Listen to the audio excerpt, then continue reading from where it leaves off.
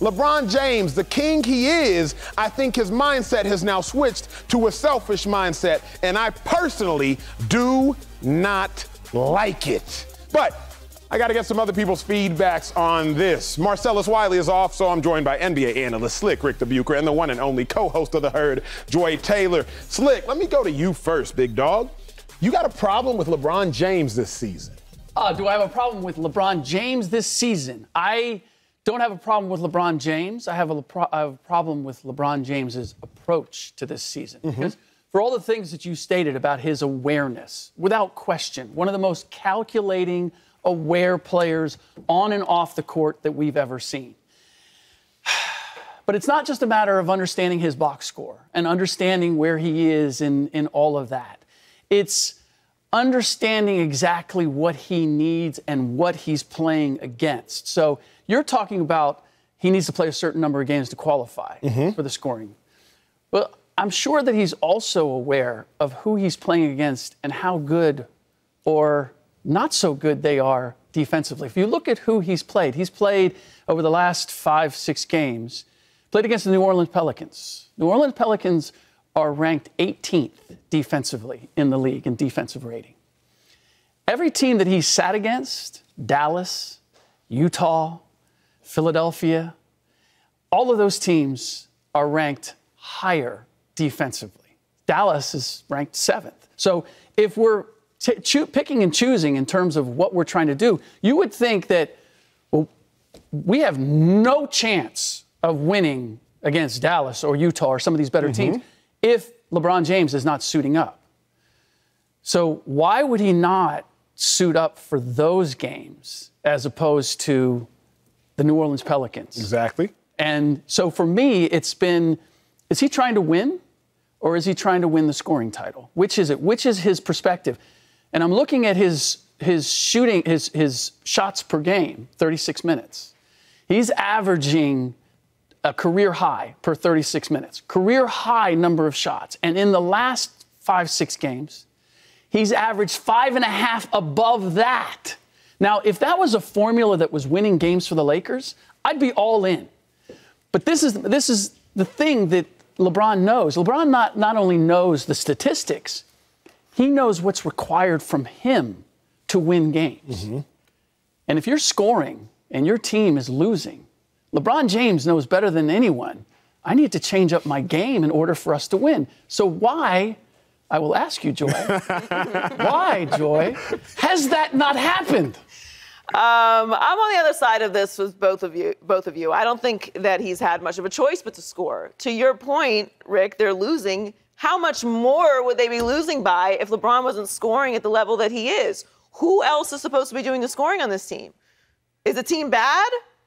Yes, we all agree this is not a great roster. Is LeBron James still good? Yes, we all agree LeBron can still play. He can obviously, at the very least, still score. So what other option does LeBron have in this situation? I don't actually look at this as a selfish year for LeBron James.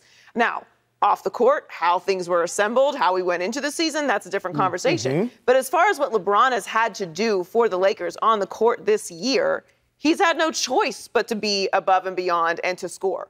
Who else is doing the scoring? We can't criticize LeBron for always trying to get people involved, for passing the ball to Kyle Korver in the corner, and then get mad at him when he does all the scoring. You can't have it both ways. Well, yeah, we can. See, I don't think we can. Not with a roster like this. If there were pieces around him that we felt LeBron was being selfish and he was not allowing them to grow or elevating anyone else, which has hardly ever been the criticism of LeBron throughout his career. As I said, the book on LeBron is that he likes to get people involved in early. Well, if you're trying to get people involved in early and they're not making the shots, what else are you supposed to do? I think that LeBron can mask behind that opinion, and I think it's a phenomenal opinion. It's just an opinion that somebody can hide behind. I love LeBron James. You know this. And whenever you're playing a murder mystery game, usually you don't look at the person you have an affinity for. You always assume them to be innocent. That's what I do with LeBron James. I assume him to be innocent. But for the first time in my career, in LeBron's career, I'm looking like, wait, LeBron, are you actually innocent? Joy, this season more than any other for LeBron James has been marked by selfishness. You come out with Space Jam 2. A great movie in my mind. Penn wasn't necessarily for people of my age, but it was a great movie nonetheless. You come out with Space Jam 2. That in the middle of a season, you're going to shoot one of the biggest movies ever, and you're going to shoot clearly the biggest movie of your career, more than all of your other projects, more than The Shop, more than Uninterrupted, the platform you launch, even more than your alcohol brand. You're going to shoot a movie prior to the season, have it air during the season, and you're going to go to the red carpet event in the middle of games. Selfish. Now, in the midst of the season, clearly you can argue who else is going to score the points. I'm with you. Russell Westbrook, he ain't making no shots. They don't have anybody lethal from three. Carmelo Anthony, what's he going to do coming in off the bench? And AD's been hurt the entirety of the season, really, as it pertains to meaningful basketball games. So I think LeBron can mask behind that. But LeBron is smart. If he knows scoring 30 points a game isn't conducive to winning, because for the first time in LeBron's career, whether he's on the court or off the court, the team is still below 500. First time ever in LeBron's career that when, at least since 2006, when LeBron is on the court, the team is below 500. He would have, I think, changed his recipe, but he's not changing his recipe because in his mind, he thinks that this scoring title is actually more important than making it to the playoffs, and that's where I just have a rub as a LeBron fan. Understood. And there's several things here that I question. And to your point, you're right, Joy, he's always been unselfish. He's always been, what have we said? He's the next best thing to Magic Johnson in terms of a guy that size being able to distribute. So why isn't he distributing? Because it's not only that the shots have gone up, the assists have gone down, the rebounds have gone down. This team struggles defensively. And I would dare say that if there's any part of this team that they do have talent in, it's scoring. Carmelo Anthony can score. Malik Monk can score. And if he had attempted to go in that direction, like, I'm going to get everybody going, I'm only going to take 10, 15 shots a game. I'm going to defend. If he had attempted that and it hadn't worked, I'd say go ahead. Or if he would simply say, just acknowledge it. Yeah, in the same way that Steph Curry acknowledged that he was going after the all-time three-point scoring record. Just be honest with me in terms of where you're going. But when you blatantly go out there after games and people ask you about where you are in scoring and the scoring title and all that, and you go, you know what, I don't care. I don't look at my stats. I don't care about records like that. It's like, come on, dog. Everything about the way you're playing says that you are so aware of it. Now, if this is also the case, and I give him this, and I don't fault him for it, maybe this is all he can do to affect the game at this point. Maybe being a distributor, because playmaking for everybody requires a tremendous amount of energy. Defending at 37 years old, when you don't have great defenders around you, tremendous amount of energy.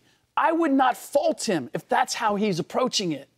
But I need a little honesty here. Don't take me the other direction and go, nah, I don't even think about that, and I'm all about this. And a liar, Slick. I mean, just be honest with me, and I will go there with you because you're 37 years old and you're still an amazing player.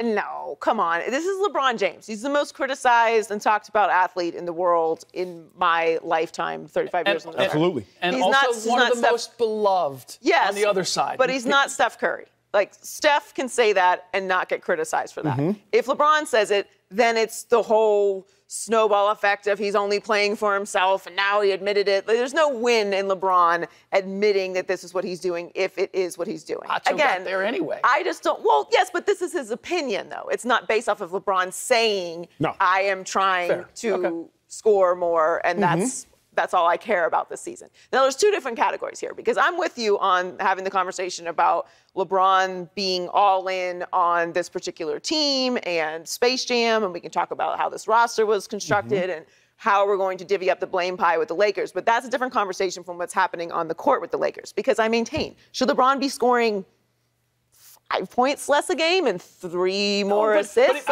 Who is the other person? But he's scoring that 50 is supposed and they're losing by 20. I'm like, dog. So he scores 40 and they lose by 30. Like, who's stepping up with LeBron if LeBron is not scoring and doing what he is clearly capable of doing best right now? I think it comes down to this. Slick said something maybe 4 months ago on this show. Me and Marcellus Wiley were in a heated argument. No surprise. Me and Marcellus Wiley were in a heated argument about Russell Westbrook, and Sel claimed that, Russell Westbrook averaging all of these triple-doubles, Russell Westbrook getting 10 assists a game, to which Slick and other NBA analysts have said, just because you get a lot of assists don't mean you're an unselfish player. Sure. You can hold the ball, hog the ball the whole time, dish it off, and people will count that as an assist statistically, but clearly that was not an unselfish action. In the same breath, I'm on to LeBron. I'm on to LeBron. I don't think a lot of people are, Joy Taylor, but I'm on to LeBron because I'm like, yeah, there's one side of the coin that says who else would get the points. But LeBron is better than that, and LeBron is smarter than that. LeBron would not sit here and lose game after game after game after game without trying to change something just for the sake of doing the same thing over and over and over and over again. Please. Could the thing that he maybe would want to change is to have another star on the court? Like, I don't know, maybe an Anthony Davis who's never available? Okay. Fair. So maybe the plan wasn't all season for LeBron to score the way that he has. But Anthony Davis, shocker, not available again. So he is now in the space where maybe he is like, I'm going to score as much as possible. But what is the other option? Okay. So, but in the same way, Kareem has to miss. So Magic goes play center. LeBron James, if you're missing Anthony Davis, your best defender, wouldn't you say, all right, I need to pick it up at the defensive end to make up for the fact that we're missing if LeBron wasn't in his 453rd year in the league. Okay, but again, here's the other problem with the approach that LeBron has taken, which is he's made it all about scoring. So has everybody else. Like he's set the example of, I'm just going to go get mine. Mm-hmm. Well, I see Carmelo Anthony doing the same thing. I see Malik Monk doing the same thing. I don't see anybody who is committed to defense because the best player and the leader on the team is not committed to defense. And yes, at that age, I don't expect him to do everything, but I expect him to do something. And this has by far been the worst defensive year of his career. Jordan, let me ask you this. In the event LeBron James is focused more on a scoring title than he is winning and making it to the playoffs, which Slick Rick and I have both kind of created this conspiracy theory, and now we're running with it. Do you have a problem? I don't think it's a conspiracy theory. You think it's factual? Okay? You think it's fact?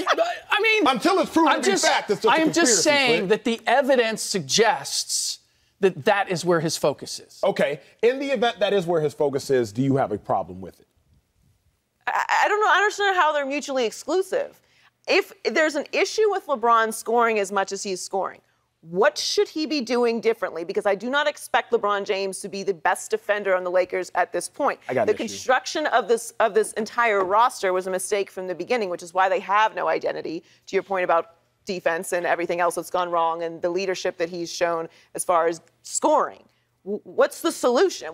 Why does LeBron scoring more equal them not making the playoffs? Wouldn't they be further away from the playoffs? Here's where it came to a head with me, because you bring up a great point. Here's where it came to a head with me.